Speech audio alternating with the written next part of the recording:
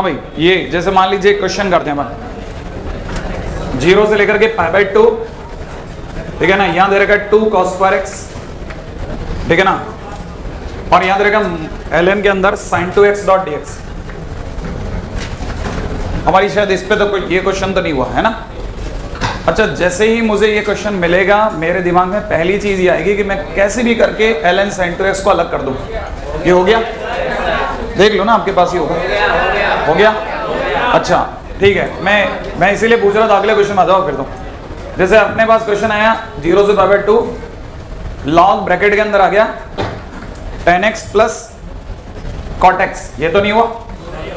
मैंने आपको कहा ना बहुत सारे ऐसे क्वेश्चन होंगे ना जिनमें हमारी बातें कैसे भी करके उसमें एंटर हो जाएंगी। अब आप पहली चीज देखिए, क्या आपको यहां पर नहीं, मैं जो दिखा रहा हूं वो देखिएगा 0 से π/2, मैं इसको देख रहा हूं कि मेरे को यहां दिख रहा है लॉग ब्रैकेट के अंदर 1 plus tan² x upon tan x। सोचो आप, दिख गया नहीं दिखा? अच्छा, क्या आपको थोड़ी देर बाद में 2 log sec x minus log tan x दिख गया? नहीं दिखा? क्या आपको यहां sec² x upon tan x दिख गया?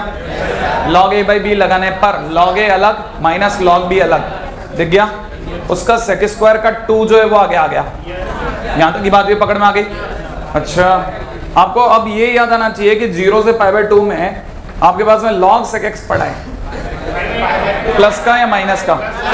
प्लस का। तो ये आंसर हो गया 2 इंटू π/2 ln2। और आप बताइए 0 से π/2 में इट इज 0।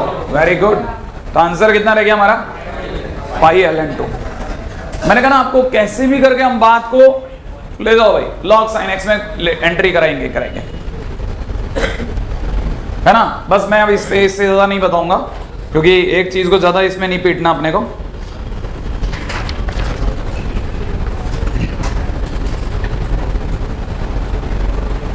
तब तक एक बहुत ही छोटा सा क्वेश्चन आपको करने को देता हूं, बहुत छोटा सा, जो मुझे पूरा यकीन है कि आप कर सकते हैं।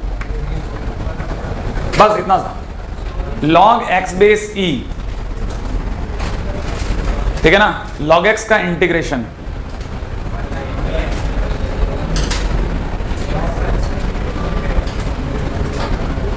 x log x minus x, log x का इंटीग्रेशन होता है x log x minus x। करिए, ठीक है, मैंने इंटीग्रेशन बोल दिया आपको। log x का इंटीग्रेशन कितना? x log x minus x। रट लेना आप ये, ठीक है। हाँ करो, अब आपको सिर्फ लिमिट लगानी है।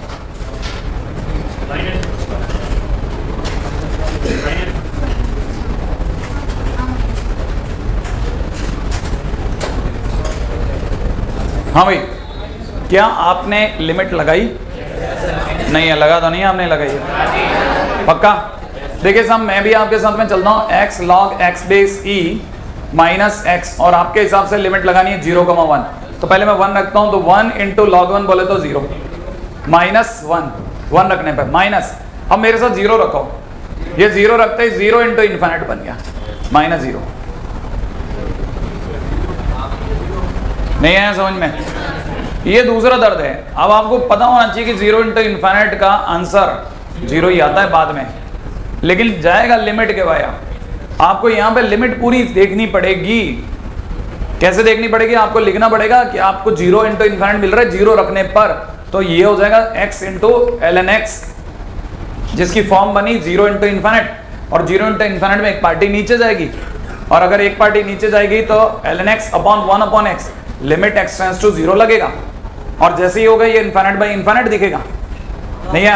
और लॉपिटल लगेगा, लॉपिटल लगते ही इसका 1 अपॉन x और नीचे वाले का माइनस 1 अपॉन x स्क्वायर, और लिमिट x टेंड्स टू 0 जाएगा, ये x ऊपर जाएगा, कटने के बाद कितना रह जाएगा? x, और x की जगह 0, तो 0 आएगा। कहानी पकड़ में आई या नहीं आई? इसका मतलब ये कि 100% ये 0 बन रहा था, हालांकि हम आने वाले टाइम में डायरेक्ट लेंगे, लेकिन हमें पता होना चाहिए कि गया लिमिट के रास्ते से था। छोटा क्वेश्चन जरूर है, लेकिन ऐसी ऐसी बातें हैं ना छोटी छोटी बातों में जो इन्वॉल्व है कहीं और। तो -1 इधर से आ जाएगा 0, तो आंसर विल बी -1। मेरे को आपके -1 स्टैंड पे कोई बुराई नहीं लगी, लेकिन आपको पता जरूर होना चाहिए। कहानी पकड़ में आ गई? अच्छा ठीक है। आई इक्वल टू में दे रखा है 0 से 1 sine inverse x upon x dot dx।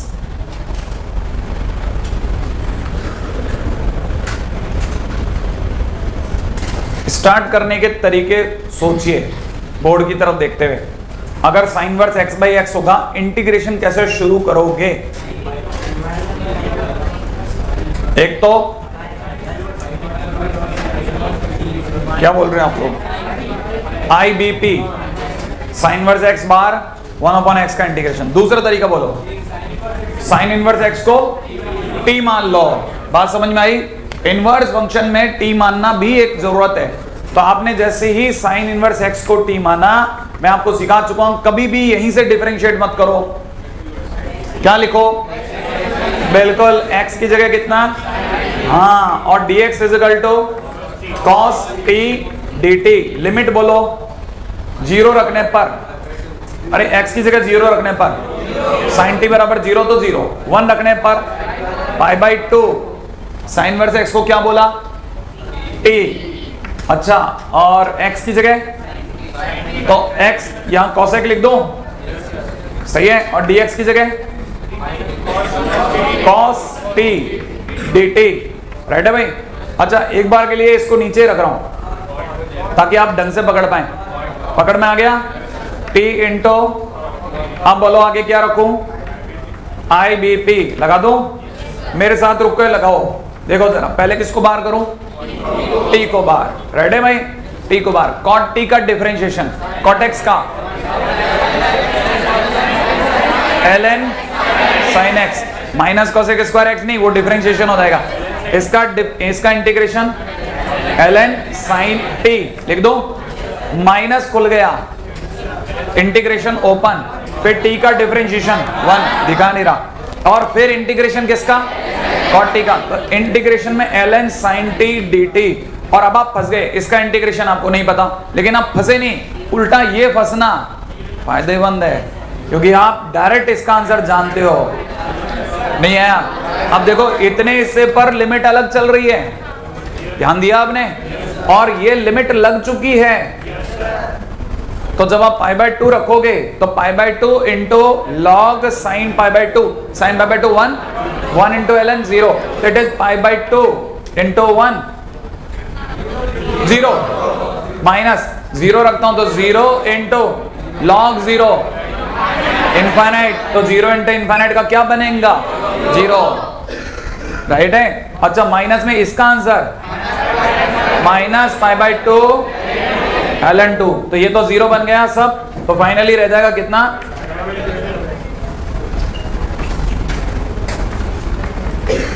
कहानी पकड़ में आती जा रही है?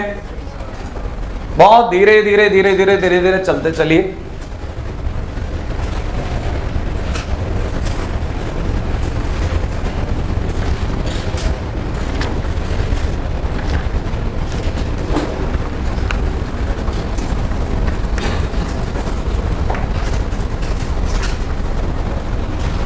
हाँ भाई, आप बताइए कितने लोगों को थर्ड प्रॉपर्टी याद आ गई? कब याद आ गई? अच्छा, प्रॉपर्टी 4 कब? प्रॉपर्टी 5 कब? ऑड इवन, माइनस ए से ए देखते ही, सही है? प्रॉपर्टी 6 कब? लिमिट आदि करनी पड़े या लॉग साइन एक्स में लिमिट आदि करनी पड़े, या ऐसे याद करो, स्लॉट्स काटिए, धीरे धीरे बढ़िए। कहानी क्लियर है? फिर आप जीत जाओगे, सही है? आप बहुत धीरे धीरे धीरे धीरे धीरे धीरे आगे बढ़ते चलो, ठीक है? अगर आप कमजोर हैं, हल्के क्वेश्चन लगाइए, मैं आपको शुरू से कह रहा हूं। अपने आप को पहचानना गलत नहीं है, अपने आप को भ्रम में रखना गलत है। अगर आप अपने आप को पहचान करके राइट टाइम पे राइट दवाई ले लो तो बच जाओगे, ठीक है ना? हाँ, क्योंकि एक दिन वो सिचुएशन आ जाएगी ना जहां से पीछे जाना संभव ही नहीं होगा। सही टाइम पर जग जाओ, ठीक है ना? बाकी आप समझदार हो, ठीक है, आगे चलें। प्रॉपर्टी 7, ऐसा नहीं है चीजों का इलाज नहीं है, बशर्ते कि आप मन से सच्चे हो, ठीक है ना। पीरियडिक फंक्शन बेस्ड प्रॉपर्टी, मैंने हर प्रॉपर्टी का नाम रखा है, ये ऐसा थोड़ी ना बुक्स में मिलती है periodic function based property, property 7। तो ये अरे धक्के खा करके भैया एक क्वेश्चन पकड़ में, एक क्वेश्चन आप तो फिर भी हो सकता है 2-3 लगा लेते हो गए शीट में, एक क्वेश्चन के लिए तरस जाते थे साहब, हमारे तो सॉल्यूशन भी नहीं हुआ करते थे, ठीक है। और जो कीज होती थी वो अब हम गलती से हिंदी मीडियम में थे और हमारे को ये नहीं पता था कि हिंदी मीडियम में हम क्यों हैं, क्योंकि मेरे को हिंदी समझ ही नहीं आती थी, इंग्लिश भी नहीं आती थी।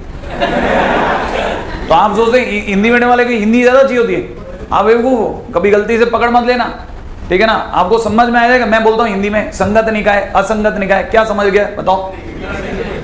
हाँ, निरर्थक हल, सार्थक हल, क्या कर लोगे इसका? अद्वितीय हल, समझ में आ गया आपको? ठीक है। प्रत्यावर्ती धारा, क्या अरे आपने कभी जिंदगी में बोला है प्रत्यावर्ती? कब बोला है? कभी नहीं पढ़ा, जरूर है अखबार में, कभी पढ़ने में आ गया हो, कभी ऐसे किसी ने बोल, लेकिन हमारी बोलचाल की लैंग्वेज नहीं है ना ये, तो वो हमारे लिए उल्टा ज्यादा एलियन है, उतनी बुरी है जितनी इंग्लिश है। तो एक्चुअल में क्या होता है, पहली तो होती है कॉरेस्पॉन्डेंस, आप जो बुक पढ़ रहे हो वो आपके समझ में तब आएगी जब वो आपकी लैंग्वेज में हो, वो किसी ऐसी लैंग्वेज में है जो आपकी पकड़ में नहीं आ रही, तो आपके लिए उतनी बुरी है। और उल्टा केमिस्ट्री और ज्यादा घातक है, अब गठनिया विक्रिया, मैं अपने घर वालों से पूछ के थक गया, आपने कभी अपघटन बोला ही नहीं। मेरे क्वेश्चन कोई बहुत टॉप नहीं हुआ करते, बिल्कुल बच्चों वाले क्वेश्चन। यार कभी तो मेरे माँ बाप भी बोले ना अपघटन, तो मेरे को पकड़ ना जाए कि ये होता है अपघटन, नहीं ये तो पकड़ में नहीं आ रहा, नहीं रिडक्शन।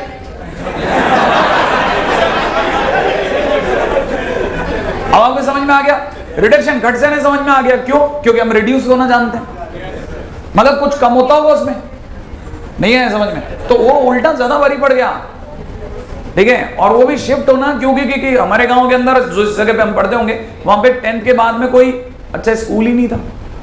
अगर आपको पढ़ना है या तो सरकारी में पढ़ें और या फिर प्राइवेट में पढ़ेंगे तो प्राइवेट पे पैसा लेगा, बाकी पढ़ाएगा वही उतना ही, तो इससे बढ़िया तो फिर सरकारी में पढ़ लो, पैसे तो बचाओ, ट्यूशन में लगा देना, ठीक है ना। तो मैं आपको वही कह रहा हूं, तो आपके कम से कम 1-2 तो पकड़ में आता होगा। हमने कुछ नहीं पकड़ा, ये खुद बनाया, ये खुद एक कर करके क्रम करके ऐसे ऑर्डर फिक्स करा कि अच्छा पहली प्रॉपर्टी ये काम आती है, दूसरी प्रॉपर्टी ये काम आती है, जिससे क्वेश्चन तो हो। जब आपसे बड़े क्वेश्चन तो तब बनते हैं ना, बड़े क्वेश्चन तो तब बनते हैं जब आपसे पहले बेसिक तो बने, आपसे बेसिक बन नहीं रहा। आप कैसे, मैं मान ही नहीं सकता कोई बच्चा बड़े क्वेश्चन कर लेगा, तुक्का लग सकता है, लेकिन लगातार सक्सेस नहीं है उसकी। लगातार सक्सेस का खेल ही अलग होता है, वो आपको बेसिक एक क्रम से विकास होता है। जो फास्ट होता है ना, जो अच्छा बच्चा होता है उसका फास्ट होता है वो बस, और एक एवरेज बच्चे का थोड़ा स्लो होता है, इससे तो कुछ नहीं है। तो आप भी अगर बाय द वे वही कह रहा हूं कि आप भी अपनी तरह से स्लॉट्स काटिए, इस तरह के क्वेश्चन में यही करना है।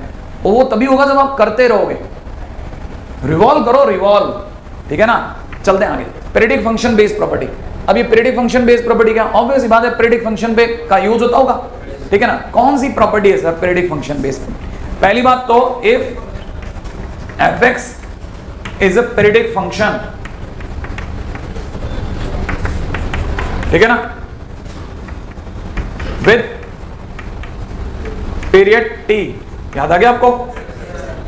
अगर किसी फंक्शन का पीरियड t है जो कि पीरियडिक फंक्शन है, तो मैं आपको ये बता सकता हूं उस केस में कैसे कैसे काम होता होगा। पहली प्रॉपर्टी बहुत ही काम की है, यही असली प्रॉपर्टी। अगर आपको ये समझ में आ गया आप आधे जीत गए। वो क्या कहता है कि 0 से लेकर के n टाइम्स t तक किसी भी फंक्शन का इंटीग्रेशन n टाइम्स 0 से लेकर के t तक फंक्शन के इंटीग्रेशन के इक्विवेलेंट होता है। जहां पे n क्या है, n must be N integer, उसके सिवा कुछ नहीं है। पहला पॉइंट खत्म। अच्छा दूसरा क्या है? दूसरा उतना ही सिंपल है।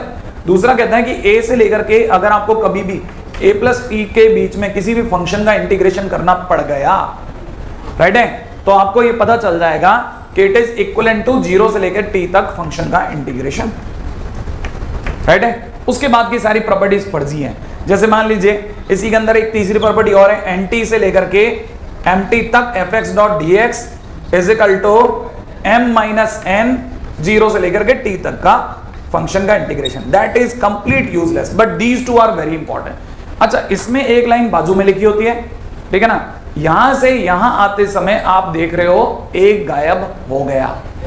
यहां a से a प्लस t था, यहां 0 से t है, a गायब हो गया, तो इसे बोलते हैं इंडिपेंडेंट ऑफ a। तो क्या बोलूंगा? इंडिपेंडेंट हो। तो इसको देख के भड़कना नहीं है, ये क्या बोल गया, अरे इंडिपेंडेंट मैंने गायब हो गया भाई, ठीक है, इंडिपेंडेंट टू a। अब आपको एक कहानी पकड़ना कि इंडिपेंडेंट टू a, समझ में आया? Independent to a। एनीवे, ये जो काम की चीज है ये कैसे है और क्या है पहले वो बता देता हूं। अरे बहुत सिंपल है, मैं कह रहा हूं ना सिंपल है तो मतलब समझ लो सिंपल ही होगी, भारी होगी तो खुला बोलता हूं भारी है, ठीक है। देख भाई, कोई भी फंक्शन पीरियडिक है ऐसे, तो उसके झोपड़े एक जैसे होंगे। अच्छा, अगर भाई द्वे ये समझ में आए तो ये समझो, ये 0 है, t है, 2t है, 3t है, और ऐसे बढ़ते बढ़ते ये nt है, ठीक है ना। तो 0 से लेके nt तक का इंटीग्रेशन बोले तो इन सभी झोपड़ों का एरिया, राइट है। तो भाई अब आप बताओ, इतने झोपड़ों का एरिया निकालो, इससे बड़े एक का निकाल के n टाइम्स कर देता हूं। तो इसका मतलब ये कि 0 से लेकर के nt है ना, fx.dx is equal to what, n times 0 से लेकर के, खटक से ने दिमाग में आ गया है कि नहीं। अब देखो दूसरा दिखा देता हूं, ये तो फर्स्ट का प्रूफ हो गया। अब सेकंड का प्रूफ दिखाता हूं, वो भी सुना, वो कौन सा मुश्किल है, सही है। सेकंड के प्रूफ में क्या करना है, देख लिया, ये रहा 0, ये रहा t, ये रहा 2t, देख लिया। अच्छा, मान लो ये जगह पे a है, अगर ये इतनी आगे a है तो इस t से भी उतना आगे a प्लस t होगा। अब क्वेश्चन वाला कह रहा है a से लेकर के a प्लस t तक का इंटीग्रेशन, a से लेकर a प्लस t तक का इंटीग्रेशन का मतलब हो गया a से लेकर के a प्लस t तक का एरिया। इतनी तो समझदारी है।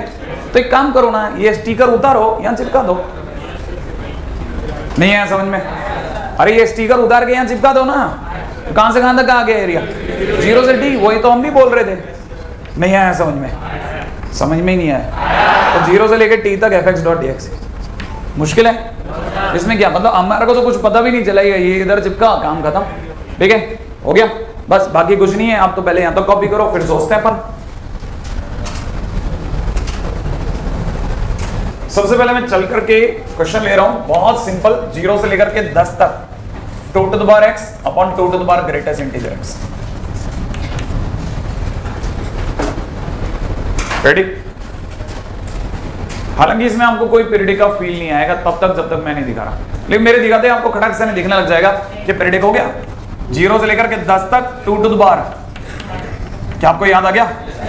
और आपको ये पता चल गया होगा ये बन गया कौन, और इसका t कितना, 1, वेरी गुड। इसका t कितना आ गया, 1। इसके t के 1 आते ही मेरे को यह 10 दिखना बंद हो गया, मुझे 10 into 1 दिख गया, क्योंकि मेरे को nt देखना है, राइट है ना। तो 10 into 1 देख लूं, गलत तो नहीं है। n कौन है इसमें, 10, तो 10 को नीचे उतार दिया। फिर मेरे को क्या करना है, 0 से लेकर के 10 तक, हाँ 0 से लेकर 1 तक। अच्छा, जैसे मैंने 0 से 1 करा, ग्रेटेस्ट इंटीजर x पे असर आ गया, याद है, x अगर 0 से 1 हो तो ग्रेटेस्ट इंटीजर x 0 नहीं आया, और जैसे ग्रेटेस्ट इंटीजर x 0 बच गया कौन, 2 की पावर x। 2 की पावर x का इंटीग्रेशन सोच लिया आप लोगों ने, 2 to the power x upon ln2, और लिमिट कहां से कहां तक, 0 से 1। तो एक बार 10 को बाहर बैठाया, अंदर ही अंदर भर दिया, 2 divide by ln2 minus 1 by ln2, सोच लेना ये 1 कहां से आया, 2 की पावर 0 से। तो कर लेंगे आगे, कहानी पकड़ में आ गई। अच्छा, ये तो हुआ 10।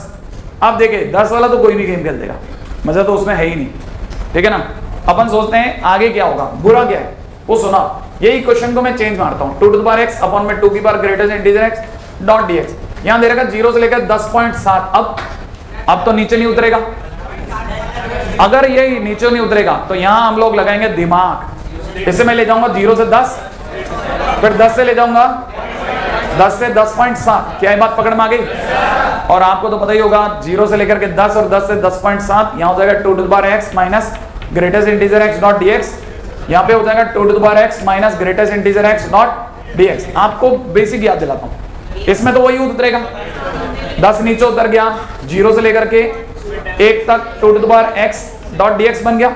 अच्छा, लेकिन मैं आपको स्टिकर याद दिलाता हूं, स्टिकर नहीं याद आया? a से लेके a प्लस टी, 10 से लेकर 10.7 तक उतना ही एरिया होता है जितना 0 से 0.7, नहीं याद आया? 10 से 10.7 में उतना ही एरिया होगा जितना 0 से 0.7 में। अगर 0 से 0.7 में उतना ही एरिया होगा तो एक बात बताइए, इस ग्रेटेस्ट इंटीजर x को क्या फील आ रही है कि अंदर वाला x कहां से कहां तक है? 0 से 0.7, और 0 से 0.7 के बीच का ग्रेटेस्ट इंटीजर 0 डॉट dx। अब आपके पकड़ में आ गया का नहीं?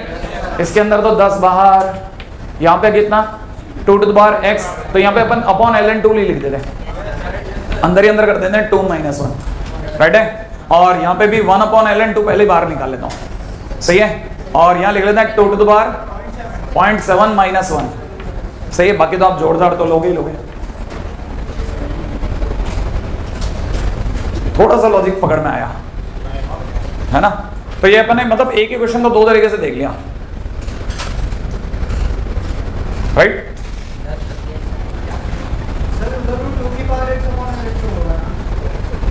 क्या 2 टू द पावर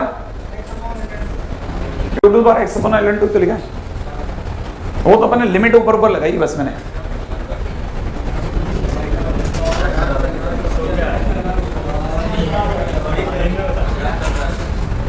चला आगे, 1 2 3 4 5 6 7 8 9 लाइनें, 90 सेकेंड बहुत है यार। आज खत्म करने का सोचोगे ना, है ना? खत्म नहीं है ना?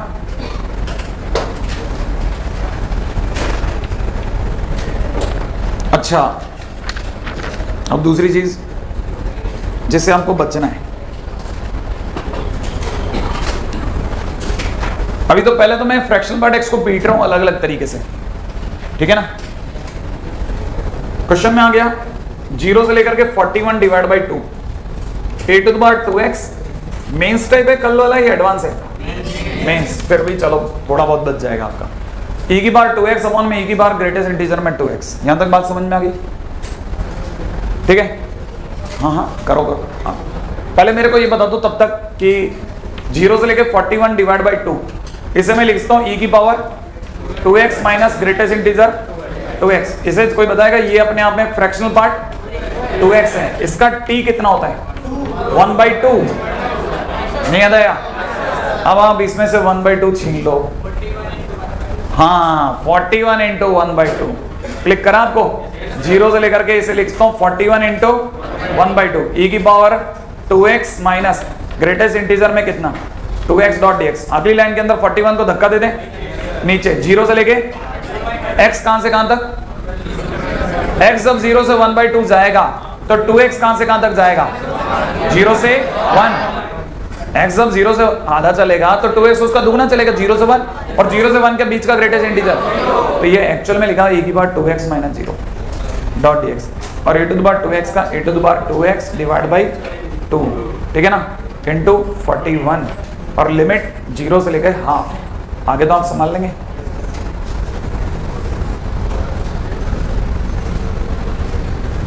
हमने ग्रेटेस्ट इंटीजर के जितने क्वेश्चन संभव थे सब कर लिए लगभग।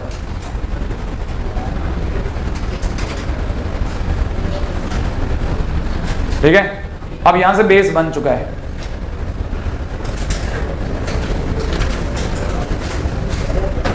राइट है,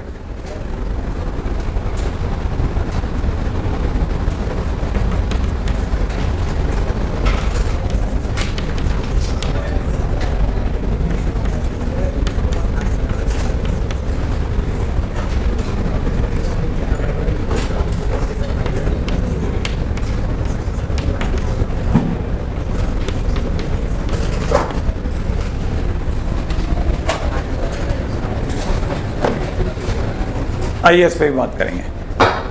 रेडी?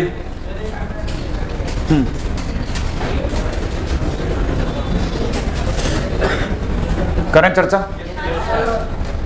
देखिए साहब, लिखा हुआ है 0 से लेकर के n पाई प्लस वी अपने आप में सेकेंड क्वाड्रेंट में, v कोई भी ऐसे ही जानबूझ के आपको डराने के लिए, अगला अच्छा खासा t भी लिख सकता था, लेकिन t बोलने की वजह से v बोला ताकि आप ज़्यादा पीछे होके खेलें, ठीक है, साइकोलॉजिकल थोड़ा इम्पैक्ट डालने के लिए।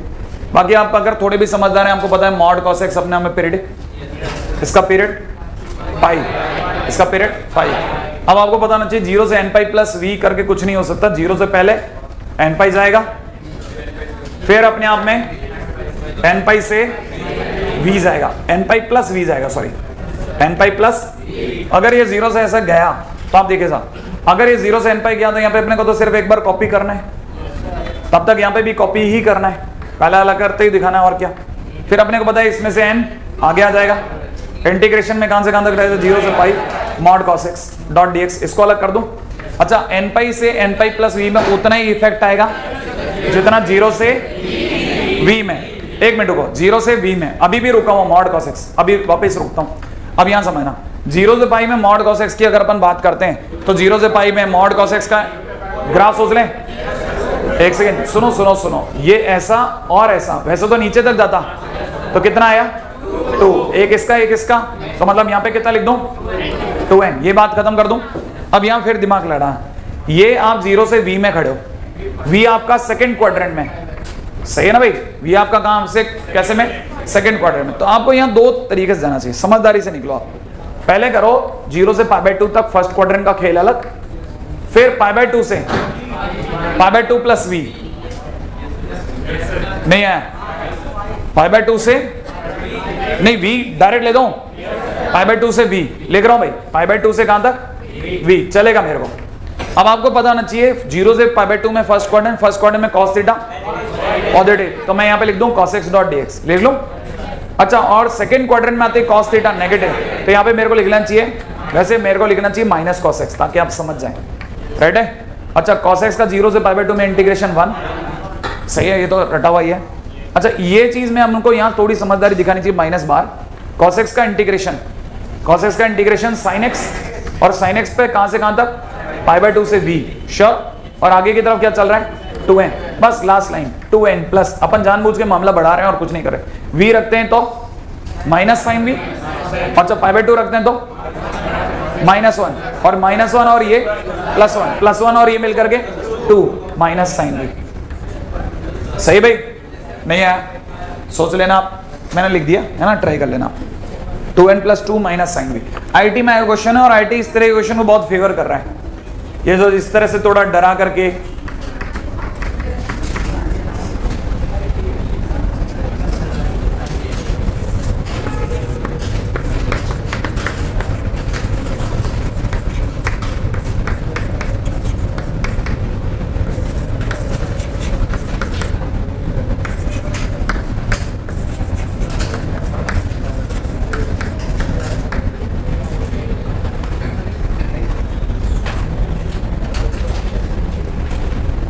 ये sine inverse mod sine x नहीं, साइन इनवर्स साइन एक्स है ना, मैं इसको सिंपल साइन एक्स बना रहा हूँ, साइन इनवर्स साइन एक्स, ठीक है। आप इसका ग्राफ बना देंगे, बनाइए। साइन इनवर्स साइन एक्स का ग्राफ याद है आपको, तंबू कैसा, आधा ऊपर आधा नीचे, ओरिजिन से शुरू होता हुआ, करिए।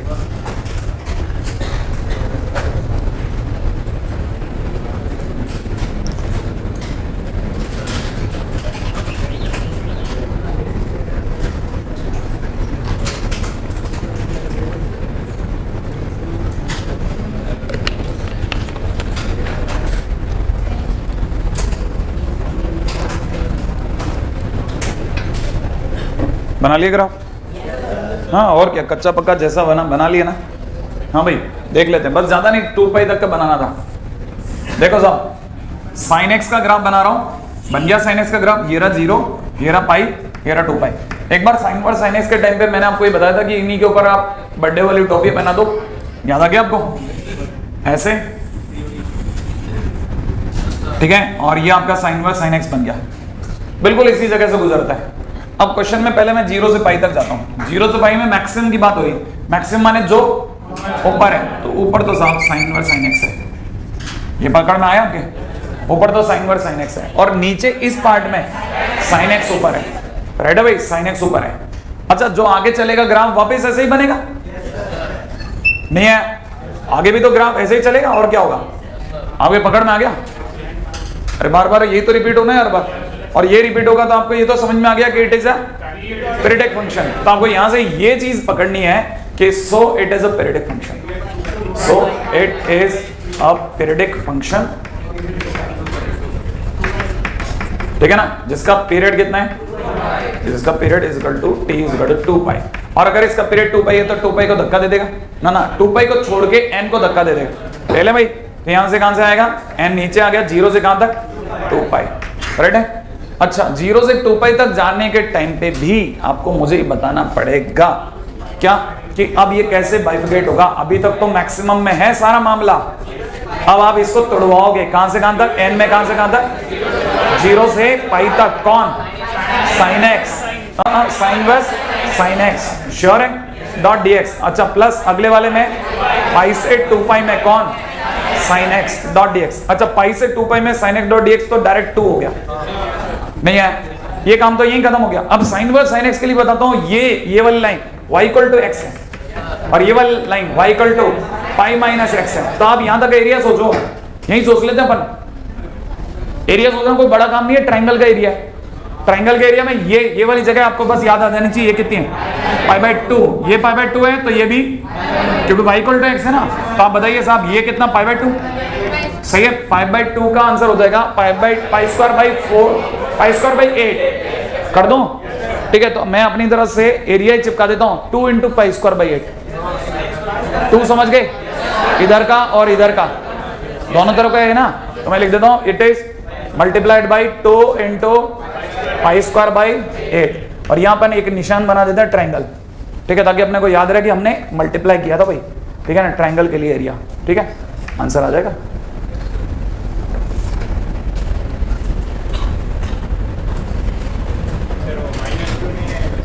क्या प्रॉपर्टी 8,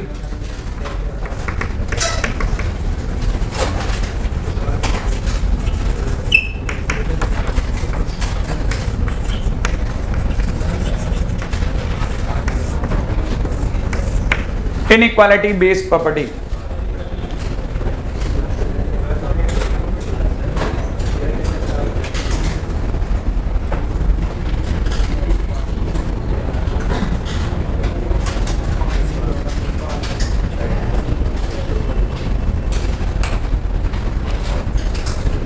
करें बात, ये कंपैरेटिवली फास्ट हुई ना, है ना। हाँ अब मैंने कहा था ना लगातार एक ही दिन में हो सकती है, आप बस थोड़ा आप साथ नहीं बातें जाओ, काम तो बनता जाएगा। पहली प्रॉपर्टी, इसमें 2 प्रॉपर्टी, 2 पार्ट है ना। अच्छा देखिए कितनी जनरल नॉलेज की बात है और कितनी प्रॉपर्टी, मैंने ये छोड़ दी कॉपी। अब आपसे ऐसे बातें करते चलेंगे, क्योंकि जब मैं समझूंगा तो मैं आपको समझा सकता हूँ, सही है ना, और आपको समझ में आ गया तो आप अभी मुझे बता सकते हो। देखिए जनरल नॉलेज की चीज कोई भी समझ सकता है, आम जना हर बात समझता है। जरा देखिएगा पहली चीज, मैं आपके सामने बोलता हूं कि मैंने x एक्सिस और y एक्सिस बनाया और मैं अपनी तरफ से 2 फंक्शन बना लेता हूं, एक का नाम रख लेते हैं fx और एक का नाम रख लेते हैं gx, राइट है भाई। अपन कोई 2 लाइनें खींच लेते हैं, एक का नाम x इक्वल टू a, एक का नाम x इक्वल टू b। बताइए साहब ऊपर कौन है, fx, तो मैं बोल सकता हूं fx इज ऊंचा 2gx, बोल सकता हूं। अच्छा बताइए जो ऊपर है उसका a से b में जो एरिया आएगा है कि नहीं, वो ज्यादा होगा, उसका मकान इतना बड़ा है और इसका मकान, किसका एरिया ज्यादा है। तो मैं आगे अगली लाइन के अंदर ये क्यों नहीं लिख सकता कि a से b के बीच में fx का integration is greater than to a to b gx का इंटीग्रेशन, इसमें क्या प्रॉपर्टी है बताओ। नहीं आया समझ में। इक्वल टू तब जब जैसे मान लो ये किसी ऐसी जगह पे होते जहां दोनों बराबर होते, तो अपनी तरफ से बराबर के लिए भी तैयार है हम, तो नहीं है, हम बराबर के लिए तैयार हैं, मतलब अगर ये दोनों बराबर है तो वो भी बराबर है, नहीं है। अच्छा ये तो हुआ पार्ट 1। अब देखिए दूसरे पार्ट पाता हूं। दूसरा पार्ट सिर्फ मैथमेटिकल है, उससे तो कुछ नहीं, आप उससे डर में मत आना, ठीक है। देखते हैं क्या मुश्किल है, वो आप अभी तय कर लेंगे। रेक्टेंगल का एरिया आज भी याद है, भूल गए, बस फिर ठीक है। बी पार्ट बात हो, ठीक है ना। अच्छा देखो लिख लेते हैं, if fx is a monotonic function, कैसा फंक्शन, मोनोटोनिक फंक्शन। अब आपको ये वर्ड हमने फंक्शन के दौरान बताया था, तब से अब तक यूज नहीं आया, ठीक है ना। मतलब इंक्रीजिंग एंड डिक्रीजिंग दोनों एट द टाइम दोनों होना चाहिए। बात समझ में आ गई? इंक्रीजिंग और नहीं बोला, दोनों एक साथ, है ना। If fx is a monotonic function having maximum at m, capital M, ठीक है ना, and minimum at small m, right है। मान लो कोई फंक्शन है, अब सर मोनोटोनिक होता कैसे, बात उस पर भी बात करते हैं, ठीक है। फील तो नहीं आई, लेकिन आपने कहा तो याद आ गया कि इंक्रीजिंग डिक्रीजिंग दोनों ऐसा। ये कैसा है मोनोटोनिक, हाँ देखना ये कैसा है, डिक्रीजिंग फिर इंक्रीजिंग फिर डिक्रीजिंग, तो ये दोनों है ना, तो it is a monotonic function. यहां तक में कोई बड़ी बात तो बताइए। अच्छा, अब ए और बी हटा देते हैं, कहीं पे भी हटा दो, लो भाई ए आ जा तू यहां, और यहां पे अपन बी हटा देते हैं। लो ए और बी, एरिया देख लिया, ए से बी के बीच का एरिया दिख रहा है आपको, है ना। मैं अगर आपको ऐसे मेरी ऐसे ही बिना निशान के समझ में आ गया था, दिख गया ये एरिया है। मैं जानबूझ के चौक नहीं लगाना चाहता था, क्यों? क्योंकि फिर मैं जब चौक का यूज कर लूंगा ना, तो मैं जो बताना चाहूंगा वो दिखेगा नहीं, वो इसके शेड में दब जाएगा। ये यहां तक की बात समझ में आ गई? अच्छा, इसका मिनिमम का है ये वाली जगह पे, लाइन कैंसिल, ये बात समझ में आ गई? मैं इसको यहां दिखा देता हूं, ठीक है ना। मैंने दिखा दिया कि ये इसका मिनिमम है, बोले तो स्मॉल एम है, ठीक है, और ये इसका बोले तो कैपिटल एम है। अभी भी नहीं आया, एम और कैपिटल एम समझ में आ गया। अच्छा, अब अपन ए और बी वाली लाइन को बढ़ा लेते हैं ऊपर, बढ़ा लो। अच्छा, अब मैं जो पूछूं उसका जवाब देना, ठीक है ना। मैं आपसे क्वेश्चन में पूछता हूं पहली बात, ठीक है ना। इंटीग्रेशन तो मैं जानबूझ के इसलिए लिख रहा हूं क्योंकि बात ही इंटीग्रेशन की है, तो इसके सिवा मैं लिख भी कह सकता हूं ए से लेके बी के बीच में, है ना।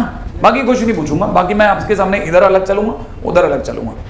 आप मुझे बताओगे कैपिटल एम देख पा रहे हैं? कैपिटल एम माने ये हाइट इज कैपिटल एम, नहीं है। स्मॉल एम बोले तो ये वाली हाइट, सोच लिया। अच्छा, हमारी नजर सिर्फ और सिर्फ ए और बी के बीच में होनी चाहिए, है ना, ए और बी के बीच में।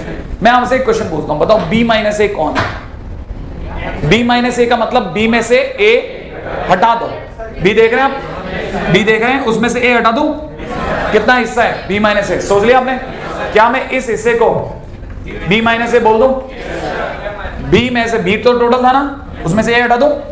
अच्छा, अब बताइए साहब, ये बड़े ध्यान से सोचना, ये छोटू रेक्टेंगल देख लिया आपने, छोटू रेक्टेंगल का एरिया बोलो m इंटू बी माइनस ए, और मोटू रेक्टेंगल कैपिटल M इंटू अपना एरिया जो बाहर वाला एरिया है वो इनमें से किससे बड़ा है और किससे छोटा है? छोटे वाले से तो ज्यादा है और बड़े वाले से कम है। क्यों? क्योंकि उसके पास इतना एरिया ज्यादा है। दिख रहा है आपको ये वाला एरिया? नहीं आया तो मैं ये कह सकता हूं कि ये जो भी एरिया फंसा पड़ा है ये capital M into B minus A से तो कम है, राइट है, और small m into B minus A से ज्यादा है। बस ये प्रॉपर्टी है, ऐसा कहानी पकड़ में आ गई। तो इसका मतलब ये कि बस आपको सिर्फ लिखना है, बाकी क्वेश्चन ही क्वेश्चन आपको दे दनादन समझ में आ जाएगा। ठीक है, अब आप फटाक से ना कॉपी कर लो।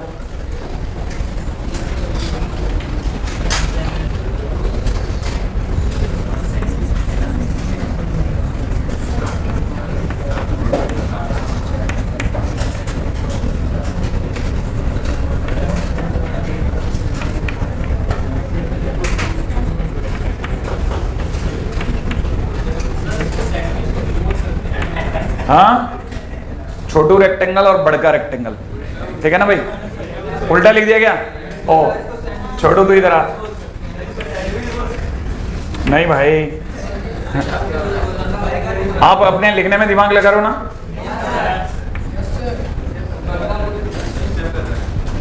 ठीक है ना, सब सारे मिलकर गूगल कर रहे हैं अपने और वो ढूंढ रहे हैं एनसीईआरटी जो लोडेड है। ठीक है ना, पहले सबसे पहले एक छोटू सा क्वेश्चन दिखा रहा हूं ताकि आप इसकी फील में उतर जाएं। ठीक है ना, अपने पास में पहले इंटीग्रेशन का नाम है 0 से 1 तक dx divide by under root में 1 प्लस एक्स स्क्वायर, और दूसरी तरह से दे रखा है I2 इज इक्वल टू में इंटीग्रेशन में 0 to 1 dx बाई एक्स। ठीक है ना। अगला कह रहे हैं then I1 is greater than I2, true और फॉल्स। देख लिया हमने। अब क्वेश्चन में आता हूं मैं। देखिए क्वेश्चन में जानबूझ करके क्वेश्चन जरूर मैंने कहा कि एक छोटे क्वेश्चन से आपकी स्टार्ट ले रहा हूं, लेकिन मैं आपको बता रहा हूं मैं उस क्वेश्चन से स्टार्ट ले रहा हूं जो अधिकतर क्वेश्चन बनाने वालों की पसंद का एरिया है, जो आपको पता ही नहीं होता कि क्वेश्चन बनाते टाइम पे कोई भी कैसे क्वेश्चन सोच रहा होता है। क्वेश्चन सोचा हमेशा ऐसे जाता है कि x ज्यादा से ज्यादा हो सके क्वेश्चनों में 0 से 1 रखा जाए। क्या आपने ध्यान से सुना मेरे को? इन दोनों ही क्वेश्चन में लिमिट 0 से 1 है, माने x 0 से 1 है। 0 से 1 में अगर मैं आपसे पूछूं, अभी आपको पहले बता देता हूं, हालांकि इस क्वेश्चन से इसका कोई लेना देना नहीं, लेकिन फिर भी आपको बता देता हूं 0 से 1 एक बड़ा जबरदस्त एरिया है। ये वो दुनिया है जहां पर डिग्री बढ़ाने पर छोटा मामला होता है। 0 से 1 में अगर आपने डिग्री बढ़ाई किसी भी नंबर की तो आपको पता चलेगा और छोटी वैल्यू आ गई, जैसे 0.5 का स्क्वायर 0.25 कंपैरेटिवली और छोटा हो गया। माने स्क्वायरिंग करने पर नॉर्मली बढ़ता है, लेकिन ये वो इलाका है जहां थोड़ा मामला उल्टा है, तो ये ज्यादा पसंद का इलाका है। फिलहाल इसमें कोई जरूरत नहीं है, लेकिन मैं आपसे क्वेश्चन के बारे में बात करता हूं। आप मुझे बताना, मैं आपसे एक बड़ी बात पूछता हूं, है ना। बताओ साहब x स्क्वायर और x स्क्वायर में कौन बड़ा है? बराबर है, दोनों बराबर है। अरे हर जगह बराबर है, x स्क्वायर भी बड़ा छोटा होने लग गया क्या? सीधी बात रखनी चाहिए, है ना। अच्छा ठीक है, अगर मैं इसमें 1 जोड़ दूं तो ये वाला बड़ा है, बिल्कुल ऑब्वियस सी बात है। अगर ये वाला बड़ा है तो इसका रेसिप्रोकल कर दूं तो तब ये वाला छोटा हो गया, सही है। अगर ये ऐसा और ये ऐसा तो मैं दोनों को अंडर रूट पहना दूं। अगर मैंने दोनों को अंडर रूट पहना दिया तो कोई फर्क नहीं पड़ेगा, राइट है। लेकिन ये बन गया 1/x। मॉड क्यों ले लगा? क्योंकि x पॉजिटिव है, मॉड की जरूरत ही नहीं पड़ी मेरे को। यहां तक ये कहानी पकड़ में आ गई। ये पकड़ में आते हैं, आपको पता है ये इससे छोटा तो इसका इंटीग्रेशन भी छोटा ही रहेगा। हमारी प्रॉपर्टी कहती है कि जो जैसा है वैसे ही रहता है। यही तो सीखा हमने प्रॉपर्टी 1 से कि भाई ये बड़ा था तो उसका इंटीग्रेशन ही बड़ा, और ये बड़ा है तो इसका इंटीग्रेशन भी बड़ा। इसमें क्या बड़ी बात सीख ली बताओ? समझ में आ गया क्वेश्चन? dx तो ये हो जाएगा dx डिवाइड बाई कितना, रूट ओवर कितना 1 प्लस x स्क्वायर 0 to 1। इसका मतलब I1 is less than I2, इसका मतलब इट इज फॉल्स। क्लिक करा आपको थोड़ा सा, तब तक आप जब तक कॉपी करोगे मैं आपके लिए ऐसी चीजें रखता जाता हूं जो आपको धीरे धीरे धीरे धीरे क्लिक करने लग जाएंगी। रेडी? बस आप चलिए आगे।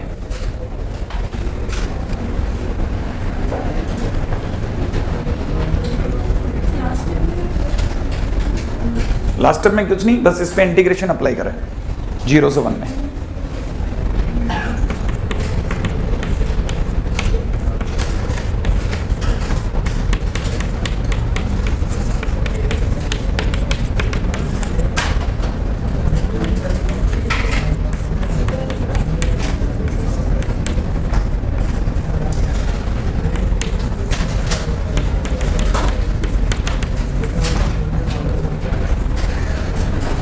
हाँ भाई, मैंने अगला क्वेश्चन भी बहुत आपके लिए सोच समझ के चुन लिया है, ठीक है।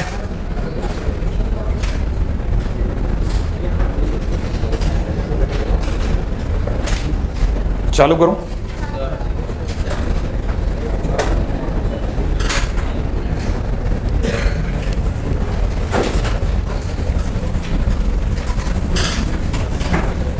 हाँ भाई, बस मेरे को तो आपसे बड़ी छोटी सी बात सीखनी है कि आपने मेरे पहली लाइन पे गौर किया था मैंने कैसे शुरू किया था। तो सबसे पहले मेरे को यही देखना चाहिए कि x दोनों में सेम है क्या? 0 से 1 ही है। पिछली बार मैंने आपको बताई थी वो बहुत ही खतरनाक दुनिया है जहां पर डिग्री बढ़ाने पर मामला कम होता है। अच्छा, हमारे पास में x की पावर 8 है, x की पावर 4 है, x की पावर 9 और 3 है। ये दोनों आपस में ज्यादा नजदीक हैं, 4 और 3, और उधर 8 और 9 नजदीक है। यहां तक की बात समझ में आई? मैं आपसे अब 2 सेगमेंट में बात करूंगा। x की पावर 4 इस इलाके में x की पावर 3 से छोटा होगा। अच्छा, x की पावर 9 x की पावर 8 से छोटा होगा। क्या ये बात सही है? दोनों तरफ 1 1 जोड़ने पर इनइक्वालिटी पे कोई फर्क, दोनों तरफ, क्योंकि मैंने बराबर बराबर जोड़ा है। तो 1 प्लस एक्स की पावर 4 जो होगा 1 प्लस एक्स की पावर 3 से छोटा होगा। श्योर है? अच्छा, इधर देखा जाए तो 1 प्लस एक्स की पावर 9 जो होगा 1 प्लस एक्स की पावर 8 से छोटा होगा। यहां तक कोई प्रॉब्लम हो तो बताइए। ये कौन है? बड़ा, सही है। ये कौन है? छोटा। बड़े में छोटे का डिवाइड करने पर और बड़ा हो जाता है, और जो छोटा है उसमें बड़े का डिवाइड करने पर और छोटा हो जाएगा। क्या आप ये बात समझ गए?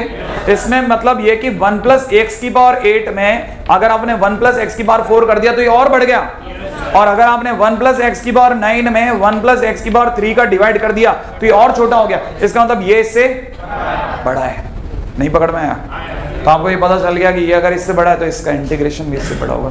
इसका मतलब 0 to 1 1 प्लस एक्स की पावर 8। क्या बताइए साहब, इसमें कोई इंटीग्रेशन कुछ नहीं कर रहे आप सिर्फ पता कर रहे हो बड़ा कौन छोटा कौन। सही है? 0 to 1 1 प्लस एक्स की power 9 divide by 1 plus x की पावर 3 डॉट dx। इसका मतलब I1 is greater than I2, this time it is true.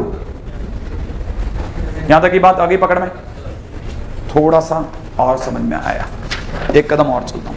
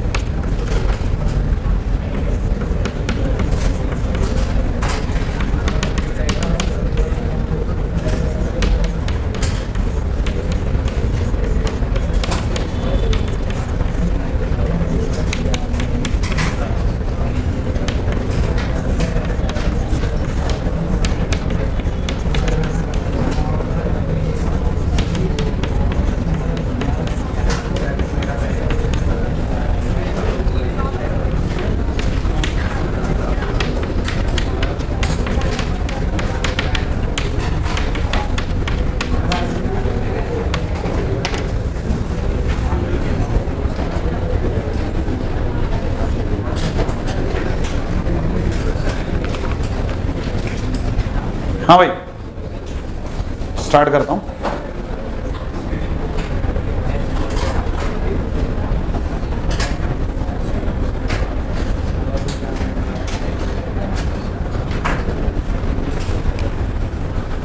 करूं?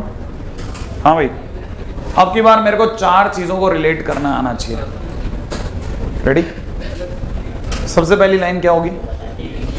इन x बिलोंग्स टू, और आपको ये जान के अच्छा लगेगा अभी भी आप 0 से 1 में ही हो। बात पकड़ में आ गई? अब की बार मैं एक एक करके जाऊंगा, मैं एक साथ चारों पे नहीं जा सकता।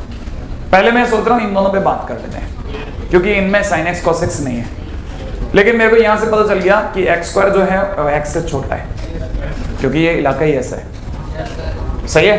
अगर ऐसा है तो नीचे e लगाने पर, e लगाना माने e की पावर x फंक्शन लगाना, e लगाना माने e की पावर x फंक्शन लगाना। e की पावर x कैसा फंक्शन है? इंक्रीजिंग या डिक्रीजिंग? तो इंक्रीजिंग फंक्शन के लगाने पर इसकी साइन ऑफ इनइक्वालिटी में चेंज, तो आपको पता चल गया ये बन गया। जैसे ही बना, अब आपने खड़क से नहीं इंटीग्रेशन अप्लाई कर दिया यहीं कहीं 0 से π/4, 0 से π/4, तो आपको यहां से पता चल गया कि ये कौन है? I1, तो I1 इज लेस देन, एक काम तो यहीं खत्म हो गया। रुक गए? अब अगले बात, अब अपन इन दोनों में बात करते हैं। इन दोनों में क्या सीन है? राइट है?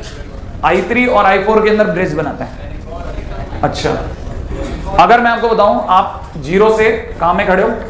0 से π/4 में। ये वो इलाका है जहां cos x sin x से बड़ा होता है। राइट है? अगर cos x sin x से बड़ा है तो एक जैसी क्वांटिटी की दोनों और मल्टीप्लाई करने पर कोई फर्क नहीं पड़ेगा। तो आपने एक ही बार x² की मल्टीप्लाई दोनों तरफ कर दी। राइट है? और जैसे हमने दोनों तरफ मल्टीप्लाई कर दी, इनका इंटीग्रेशन भी आपस में बड़ा हो गया। राइट है भाई? कहां से कहां तक? 0 से π/4। ये कहां से कहां तक? 0 से π/4। अब आप बताइए आगे क्या है सीन? ये कौन है? I3 इज ग्रेटर देन, अब हमारे को बदल गया I1 I2 से बड़ा है, I3 I4 से बड़ा है। बस एक लिंक मिल जाए, या तो I2 I3 में माने इन दोनों में मिल जाए या उन दोनों में मिल जाए। I2 नहीं, I2 I3 पे मत आओ, I1 I3 पे आता हूं। राइट है भाई? इन अपन बात करते हैं I1 I3 पे। इसमें भी e की बार x² है, इसमें e की बार x² cos x है। आप बताओ 0 से 1 में जाते टाइम पे जैसे ही आप 0 से π/4 में जाओगे, cos x जो होगा वो धीरे धीरे 1 से कम होना चालू हो जाएगा। तो cos x is less than 1। भाई cos x 1 कहां है? cos x 1 कहां पे? 0 पर। लेकिन आप तो 0 से आगे चल पड़े ना, तो अब ये 1 से कम होना चालू हो गया। नहीं समझ में आया? जैसे आप जीरो पे बैठो तब तक तो 1 है, जीरो से आगे चलो तो cos x 1 से कम हो गया। अब आप दोनों तरफ e की बार x स्क्वायर की मल्टीप्लाई कर दो तो आपको बन गया e की बार x स्क्वायर, और इंटीग्रेशन करते e की बार x square cos x is less than कितना, e की बार x स्क्वायर, e की बार x स्क्वायर, 0 से π/4 और यहाँ 0 से π/4। ये कौन है भाई? i3 is less than i1। अच्छा, कुछ मिला क्या हमारे को? अब हमारे को ये पता चल गया i2 i1 से बड़ा, i1 i3 से बड़ा और i3 i4 से बड़ा। नहीं आया? तो फाइनली मैं कह सकता हूं i2 is greater then i1 is greater then i3 is greater then i4। बना रिलेशन?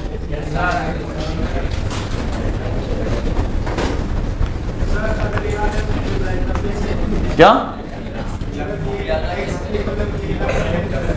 x का? हाँ, x का इलाका। नहीं नहीं नहीं नहीं, फिर वो अगर भाई 0 से 1 की जगह 1 से अलग चला जाए, 1 से आगे, तो जस्ट उल्टा हो जाएगा, जस्ट उल्टा चलेगा। फिर उस समय पे x स्क्वायर x से बड़ा होगा, सेम चीज उल्टी हो जाएगी बस।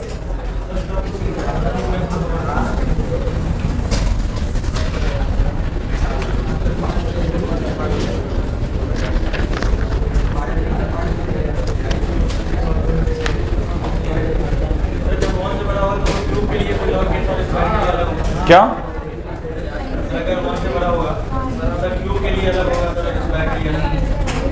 वन से बड़ा होगा तो फिर क्यूब जो होगा वो स्क्वायर से बड़ा होगा। उस केस में तो फिर जितनी डिग्री बढ़ाओगे उतना बढ़ता चला जाएगा। यहां से जस्ट उल्टी बात होती है। वो 0 से 1 तो अपने को पता है ना, क्यों? क्योंकि वो बच्चा बिल्कुल जो रॉ निकला है उसको नहीं पता होता, जो 12वीं से जस्ट बाहर आया है, जिन्हें कोचिंग ज्यादा दिमाग नहीं लगा है, उससे बस ये नहीं पता, उसको दूर करना है अपने को। ये खेल है।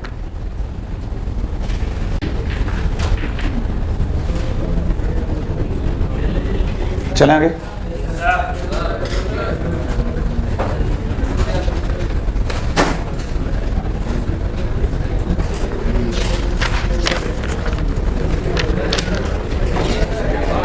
है ना भाई? आइए अगला क्वेश्चन सुनिएगा।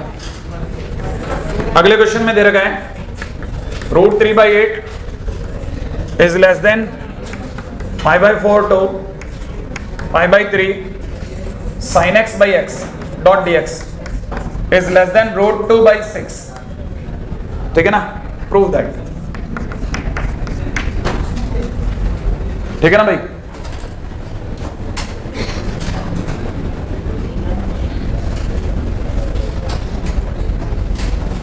अब जरा यहां पे भी दिमाग लगाइए।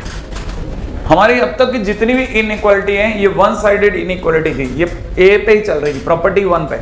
मैंने हमने जो इसका फर्स्ट पार्ट किया तो उसी पे चला था। अब बी पार्ट बात है। आप में से सभी को याद होगा, जिन्होंने बी पार्ट ढंग से सुना था उनको ध्यान था, इधर होता था MB माइनस ए और इधर होता था स्मॉल MB माइनस ए। अब आप पहले बता दो B माइनस ए कितना है? मैं बोलूं? हाँ, 15 डिग्री। सोच लो, 15 डिग्री सोच लिया आपने? सही है भाई। 60 माइनस 45 नहीं है। बी माइनस से तो हमें पता ही है, बस हमें कैपिटल M पता करना है। कैपिटल M का मतलब जहां ग्राफ का टॉप आता है उसको मैक्सिमा कहते हैं। अच्छा, जितनों को याद है वो ये सोच के बताएं ग्राफ याद आ गया?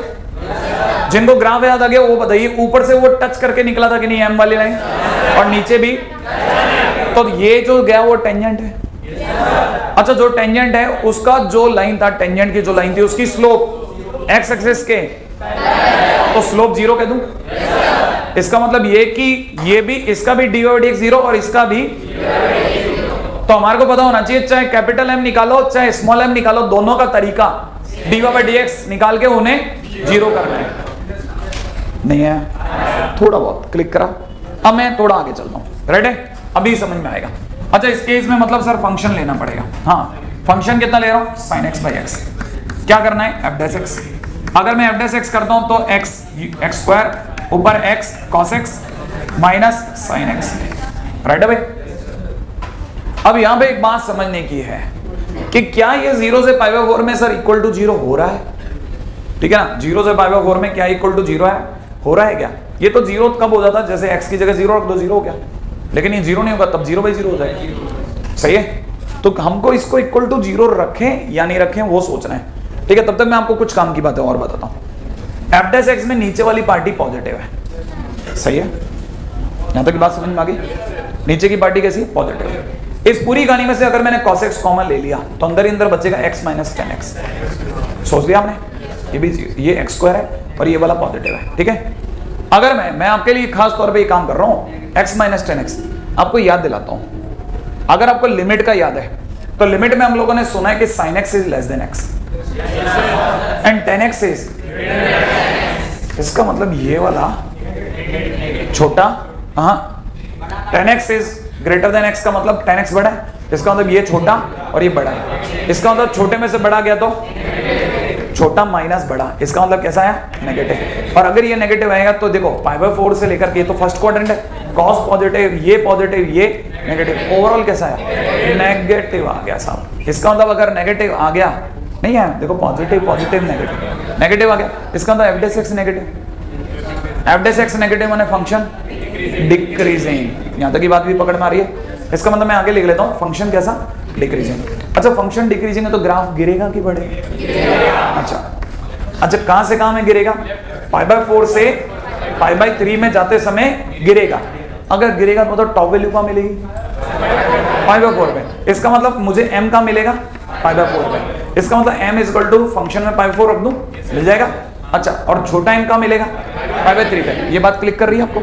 मतलब मैं इसको 0 रखता, अगर मैं इसको 0 रखता है ना, तो मुझे 10x बराबर x मिलता, नहीं है? इसका 0 रखते ही 0 तो x स्क्वायर तो 0 में फंस जाता, तो sin x is equal to x cos x हो जाता, तो 10x is equal to x रह जाता। और 10x is equal to x हमारी हैसियत नहीं है भैया सॉल्व कर लें उसको, फिर ऐसे रूट बना के छोड़ देते, let x not is a root of 10x is equal to x, फिर ऐसे करके छोड़ना पड़ता है, ठीक है ना। और या फिर 0 सोच लो तो सोच लो भले, बाकी आपको मिलेगा नहीं, ठीक है। तो फिलहाल अपन जो मुद्दे की बात है वो सिखा रहा हूं। तो फिलहाल आपको पता है m का मिला फंक्शन में क्या रखने पर? π/3 रखने में। अब आपको m और कैपिटल M के पते चल गए? पता नहीं पता चले? पता चल गया ना। अब यहाँ पे दिमाग फिर लगाते हैं, तो इसका मतलब ये कि ये जितना भी हमने सोचा वो सारी किसके लिए दौड़ थी? m और कैपिटल M के लिए। ये बात आपके दिमाग में आ गई। अब आ जाते हैं प्रॉपर्टी पे। प्रॉपर्टी बहुत सिंपल है, प्रॉपर्टी में कुछ नहीं लिखना है, इसी को दोबारा लिखना है, sin x/x लिख देता हूं, इज लेस देन। यहाँ पे मेरे को कैपिटल M की जगह पे क्या डालना है? तो मैं यहाँ पे कैपिटल M आपसे पूछ लेता हूँ, f में क्या डालना था? π/4। आ जाओ फंक्शन में π/4 रखते हैं। फंक्शन कौन है? तो sin π/4 बोले तो 1/√2 अपॉन में कितना? π/4 उर्फ 4 अपॉन √2π लिख दो भाई। तो मैं यहाँ पे लिख देता हूँ 4 अपॉन में कितना? √2π। क्लियर है? इनटू में b माइनस आपने 15 डिग्री बता था, बोले तो π/12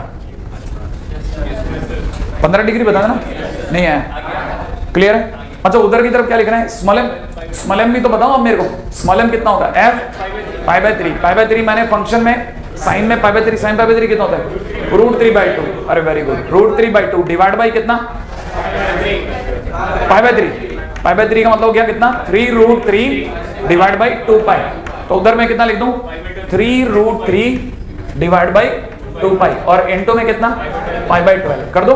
पाई से पाई कट गया, 12 रह गया यहाँ पे, ठीक है ना। यहाँ पे पाई से पाई कट गया, इतना रह गया। अच्छा, 4 से कटा कितना रह गया? 3। तो इधर का तो आंसर हो गया 1/3√2। सही है? क्या लगता है आपको ये 1/3√2 ही ये है क्या? क्या ये लिखा है? काटो तो सही, लिख दो। तो यहाँ पे कितना रह गया? √2 डिवाइड बाई 6 और यहाँ पे फंक्शन लिख दो, ठीक है ना। ये तो sin x/x, ठीक है। और उधर की तरफ कितना लिखना था अपने को? कुछ कटा गया ऐसे 3 से 4, ठीक है ना। √3/8। क्लियर है? ठीक है। बाकी इसके क्वेश्चन बहुत बढ़िया है, मतलब मजा आता है आपको, दिमाग बढ़िया कर देता है एकदम।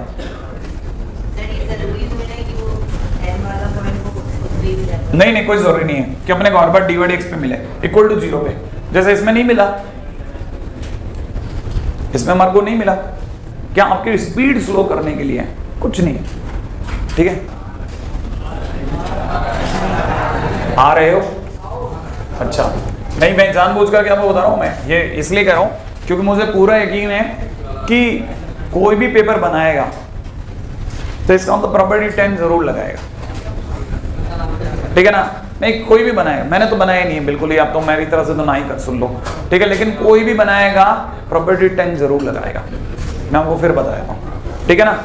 ये प्रॉपर्टी 10 में से क्या है, अरे ये मेरी गलती है, ये मैं एमओडी में पढ़ाता था, मैं तो क्या है इनके चक्कर में एमओडी में पढ़ाना बंद कर दिया, मैं एमओडी से पढ़ाना चालू कर देता हूँ, मैं तो एमओडी में खत्म कर देता हूँ इसको, क्योंकि इतनी रद्दड़ प्रॉपर्टी, ठीक है ना, एमओडी में भी बताई जा सकती है, तो फिर इसका क्यों वेट करा था, पता नहीं क्यों, ठीक है। नाम है न्यूटन लेबनीज थ्योरम।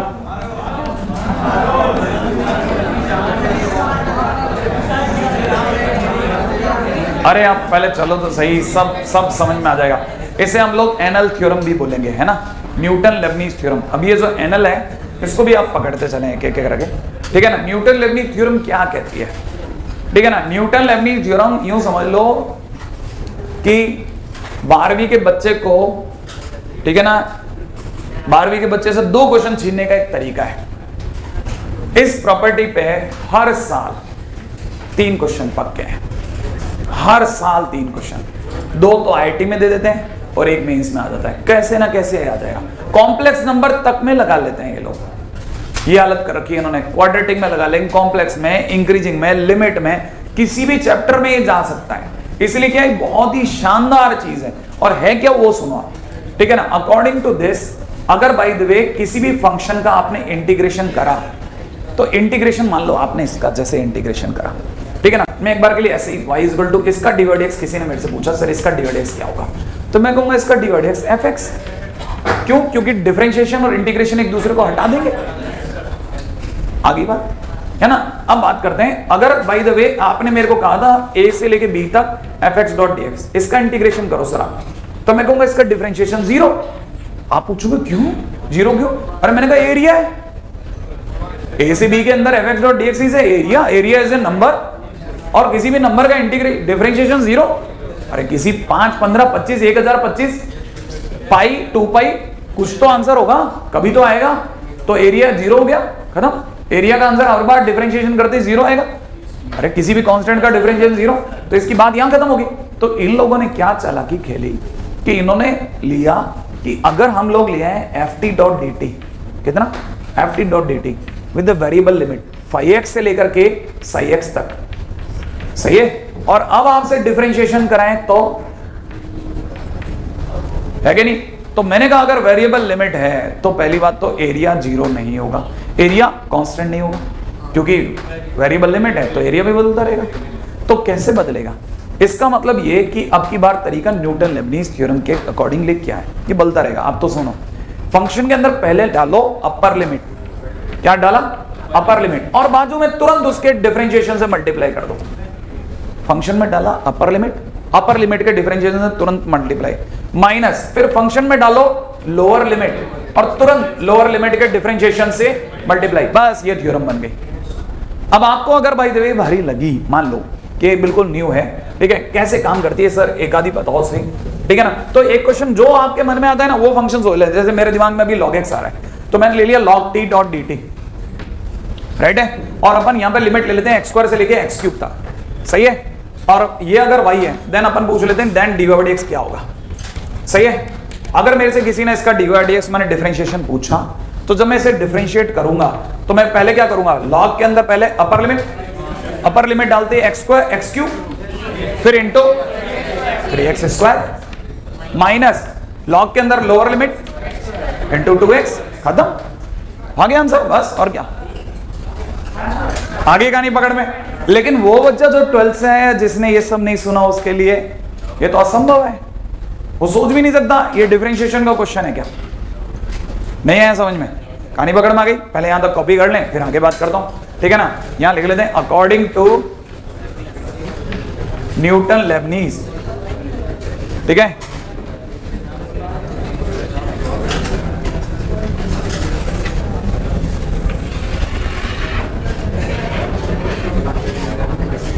ठीक है, पहले आप ये लिखिए फटाफट से, नहीं अभी बात खत्म नहीं हुई है। हाँ, which of the following is not differentiable in -1, 2।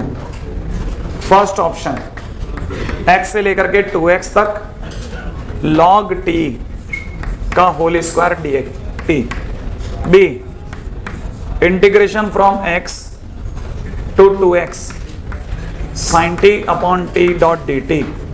सी 0 से लेकर के x तक 1 minus T plus T square upon 1 plus T square dot D T. वो नीचे बैठा ही नहीं होगा ना महापुरुष।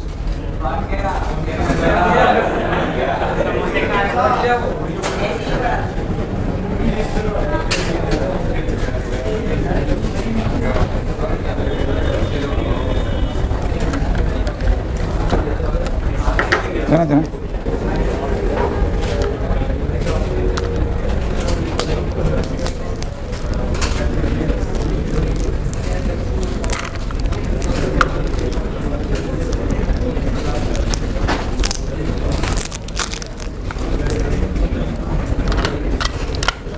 हाँ भाई, बहुत ही काम की चीज। इनमें से कौन डिफरेंशिएबल नहीं है -1 से 2 में, ठीक है ना। अगर बाय द वे किसी ने पूछ लिया इनमें से कौन डिफरेंशिएबल नहीं है -1 से 2 में, तो इसका मतलब न्यूटन लेबनीज से लेना देना नहीं है। न्यूटन लेबनीज की अपनी कंडीशंस अलग है, वो एक अलग स्टोरी है। लेकिन अगर बाय द वे किसी ने इसमें न्यूटन लेबनीज लगा दिया, जैसे इसका डिफरेंशिएशन निकाला पहले का, अगर अपन फर्स्ट की बात करते हैं और अगर अपन इसका dy/dx निकालते हैं, तो dy/dx निकालते टाइम पे पहले अपर लिमिट रख दूं, तो आपको यहाँ दिख गया log 2x का स्क्वायर, सोचा, फिर 2x का 2 बार मल्टीप्लाई हो गया, ध्यान नहीं दिया, माइनस फिर लोअर लिमिट log x और फिर x का डिफरेंशिएशन 1 into 1 कर दूं, ये अपना dy/dx आ गया। अब हम जानते हैं कि ये डिफरेंशिएशन बराबर है, नो डाउट, लेकिन मैं कहूंगा फिर भी डज नॉट एग्जिस्ट। क्यों डज नॉट एग्जिस्ट कह रहा हूं dy/dx को? क्योंकि log के डोमेन में नेगेटिव आता ही नहीं है, तो इसलिए तो फिर वेट क्यों किया, ऊपर ही मना कर देते। मैंने कहा जब ये नीचे आया तो log के पास x पहुंचा, अभी तक तो t बैठा था ना, नहीं आया समझ में, तो मैं यहां बोलूंगा डज नॉट एग्जिस्ट, ठीक है, x इज नेगेटिव, ठीक है, not in domain of log। बात समझ में आई आपको? कहानी नहीं पकड़ में आई, पहली कहानी पकड़ में आई है ना। दूसरे बात, बी पार्ट क्या कहता है? बी पार्ट इसका डिफरेंशिएशन बोलो। dy/dx इज इक्वल टू कितना? sin 2x divide by 2x और फिर इंटू 2 माइनस अगला बोलो sin x बाई x। अब बताओ ये कहां रो देगा? 0 पर, क्योंकि ये 0/0 बन गया, ठीक है ना। तो कहना मतलब does not exist at x is equal to 0, right है। सी पे आ जाओ, सी पॉइंट क्या कहते हैं?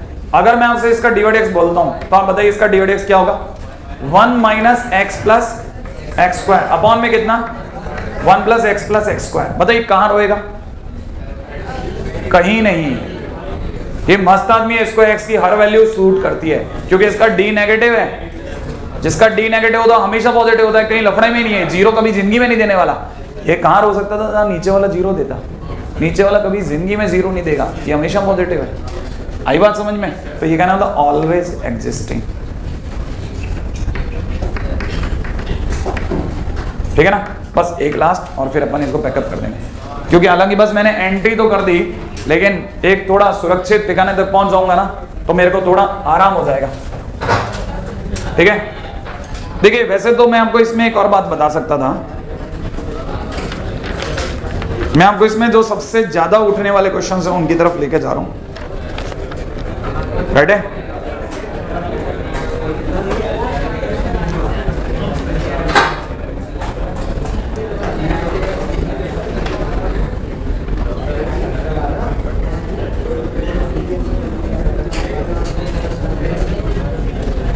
क्वेश्चन में लिमिट में दे रखा है x tends to infinite 2 times bracket के अंदर इंटीग्रेशन में दे रखा है 0 टू x e की पावर में दे रखा है t² डॉट dt का होल स्क्वायर अपॉन में इंटीग्रेशन में नीचे दे रखा है 0 टू x e की पावर 2t² डॉट dt। मेरे को थोड़ा सा क्वेश्चन पे डाउट है, ठीक है, बाकी फिर भी अपन इस पे आगे चलेंगे, ठीक है। अच्छा हाँ भाई, अच्छा, आपको इसमें भी एक कमाल की बात बता देता हूँ, ये बात अभी सामने ही आ गई तो मैं आपको याद दिला देता हूँ। आप में से कई लोगों को नहीं पता, लेकिन e की पावर x स्क्वायर का इंटीग्रेशन नहीं होता। अगर e की पावर x स्क्वायर का इंटीग्रेशन नहीं होता, उसके बावजूद e की पावर x स्क्वायर का डेफिनेट इंटीग्रेशन हो सकता है। और डेफिनेट इंटीग्रेशन के लिए हमारे को एरिया की जरूरत नहीं है। क्यों? क्योंकि हमारे पास एक ऐसा चिराग है जो एरिया ढूंढता ही नहीं है। वो कौन है? उसका नाम है प्रॉपर्टी 8। प्रॉपर्टी 8 में हम लोग इनइक्वालिटी में खेल जाते हैं, हम इंटीग्रेट करते ही नहीं। हमने इंटीग्रेट करेगा। आप देखो सही, हम तो हर बार यही देखते रहे, ये इससे बड़ा, वो उससे बड़ा, ये mb माइनस है, ये mb माइनस है।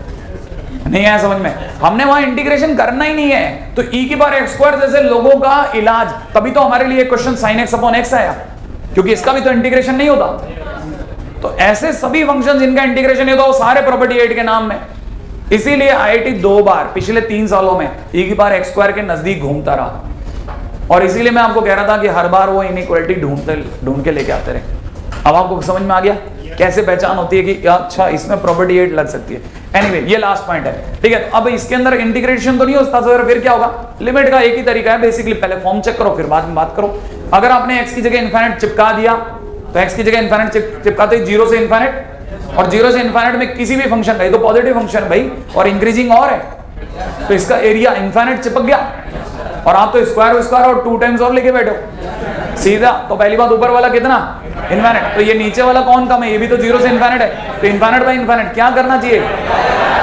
लॉपिटल में करते क्या है? ऊपर का डिफरेंशिएशन ऊपर, नीचे का नीचे। और वेरिएबल लिमिट का डिफरेंशिएशन किससे करोगे? Newton Lebanese. सही है। तो आपको डिफरेंशिएट करने के लिए एनएल की याद आएगी।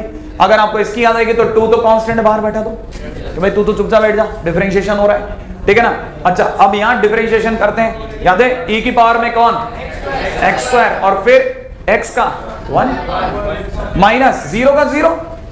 एक मिनट, बच्चे को दिमाग में ये क्यों 0 भाई? e की पावर 0 और फिर e की पावर 0, पहले अरे 1 पे क्यों जा रहे हो? रुको ना। e की पावर 0, फिर 0 का डिफरेंशिएशन से गुणा, 0 का डिफरेंशिएशन 0, और 0 से गुणा होते ही भले कोई 1 हो चाहे 5 हो, नहीं है। तो लोग क्या करते हैं? लोग कांस्टेंट देखते हैं, 0 भी नहीं देखते। अगर कल को यहाँ 5 भी होता तब भी होता e की पावर 5 का स्क्वायर इंटू 5 का डिफरेंशिएशन आया। तो लोग तो कांस्टेंट देखते उड़ा देते हैं, करते ही नहीं। तो मैं तो फिर भी थोड़ा भला आदमी हूं तो लिख रहा हूं 0, वरना ये लिख करके खत्म, बाकी तू सोच लेना, ठीक है। अच्छा आगे सुनो। अच्छा ये तो हुआ इतना, अपॉन में नीचे आ जाओ। नीचे क्या होगा भाई? e की पावर में कितना? अच्छा होल स्क्वायर तो अपन भूल ही गए डिफरेंशिएशन में, ये तो क्या गड़बड़ कर दिया। आ जाओ, जोश में आगे कितना?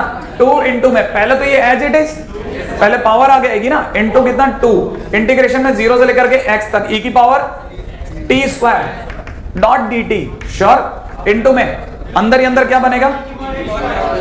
कितना? e की पावर x स्क्वायर माइनस 0 लिख दो भाई। अच्छा ठीक है। अच्छा यहां पे अगर देखा जाए तो कितना बन गया? e की पावर में कितना? 2x square into 1 minus 0। तो दिखाऊं या नहीं दिखाऊं? अच्छा अब रही बात, सर आगे क्या करोगे? उड़ाने का मन है अभी तो उड़ा दो इससे, बोलो आप, उड़ जाता है क्या? क्या आपको पता है ये इसको e की पावर x स्क्वायर छोड़ेगा? नहीं आया। अब आपके पास में देखो दोबारा से लिमिट में क्या चल रहा है? x tends to infinite. क्या आपको ये लग गया? हाँ। अब देखो ये वाला नीचे फिर इनफिनिट, e की पावर इनफिनिट, वो फिर इनफिनिट, एक बार और dl लगेगा, आपकी बार आप कर लोगे, ठीक है ना। तो ये dl अगेन। आंसर ऐसे सोच लेते ना, मेरे को भी उतनी देर लगेगी जितनी देर में मैं आपको बताऊंगा। 4 इंटू में e की पावर x स्क्वायर, राइट है, बस और कुछ नहीं। और अपॉन में नीचे e की पावर x स्क्वायर का 2x इंटू e की पावर x स्क्वायर, श्योर है?